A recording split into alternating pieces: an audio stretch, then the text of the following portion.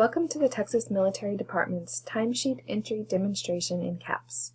This video will demonstrate how to enter FLSA overtime and comp time worked on a state employee timesheet. Before I begin the demonstration, it's important to remember that state employees at the Texas Military Department are exception-based time reporters in CAPS, meaning the only time entries required on the timesheet is when an employee deviates from their standard schedule by taking leave or working more than their scheduled hours in a day. You should always get approval from your supervisor prior to taking leave or working extra time. If you work more than your scheduled hours in a day, this needs to be entered on the timesheet to allow the system to determine whether you will be earning FLSA overtime or comp time. All employees will enter extra hours worked on the timesheet using the same TRC, or time reporting code. This would be the Reg HR. Based on the employee's position and FLSA designation, the system will know whether to apply FLSA overtime or comp time. Employees whose positions are exempt from the Fair Labor Standards Act, or FLSA, will bank extra time entered as regular comp time. Employees whose positions are non-exempt, meaning they are eligible to earn overtime, will generally bank extra time entered as FLSA overtime. Overtime is earned when a non-exempt employee actually works more than 40 hours in an FLSA workweek. TMD's FLSA workweek is Sunday through Saturday. Regular comp time is earned when employees' recorded hours exceed 40 hours in an FLSA workweek. Recorded hours may be a combination of actual hours worked, paid leave, or holidays observed. Now I'm logged in as Test TMD employee, and this is my home page. I will show the entry being made as an employee through the Employee Self-Service menu in CAPS. If you're a supervisor entering time on behalf of an employee, the entry will be done the same way, but on the Manager timesheet through the Manager Self-Service portal. Now to access my timesheet through Employee Self-Service, I will click My Time and Leave, and then Employee Timesheet. You have the option to bring up the timesheet by a given date. The timesheet will display 31 consecutive days starting from the date selected. Notice the date defaults to the first of the current month. I will select June 1st for this demonstration.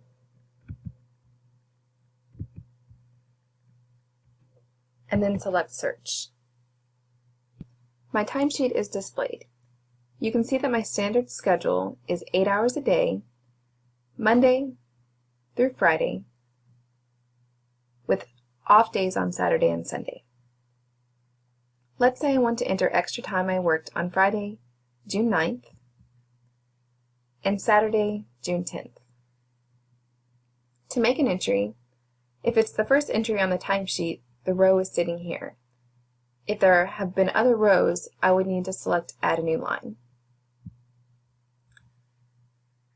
So remember, I need to select the time reporting code of Reg HR. If I know the code, I can enter it here, or I can search for it. I can scroll down through the codes here, or type in the first letter. Select Lookup, and the list is condensed. So I want Reg HR for regular hours worked.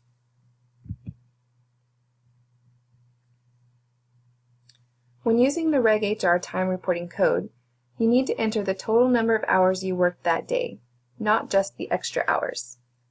In this example, my scheduled hours on Friday, June 9th are 8 hours. If I work 2 extra hours, the total hours entered for that day would be 8 plus 2 for a total of 10.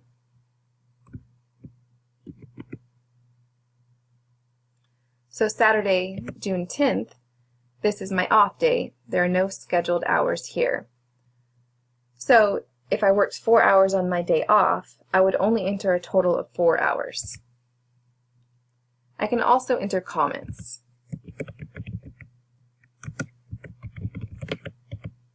To remind my supervisor what I was working on, or whatever else you want to say. That is all the extra time I worked for the week, so I'm finished making entries. Now I need to select e-sign and submit.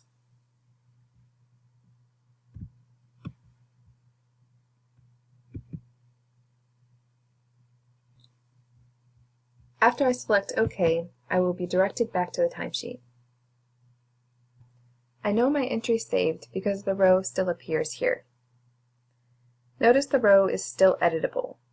I can make changes to this row up until my supervisor takes action. After my supervisor approves the entry, the row will become locked.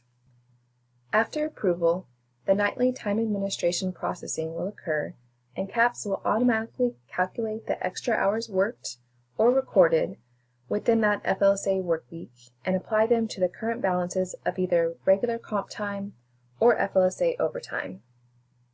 Here. It's important to understand that when you earn FLSA overtime, the balance will show the time earned at the rate of time and a half. So in this example, I worked 6 extra hours, but my FLSA overtime balance here would be increased by 9, which is 6 times 1.5.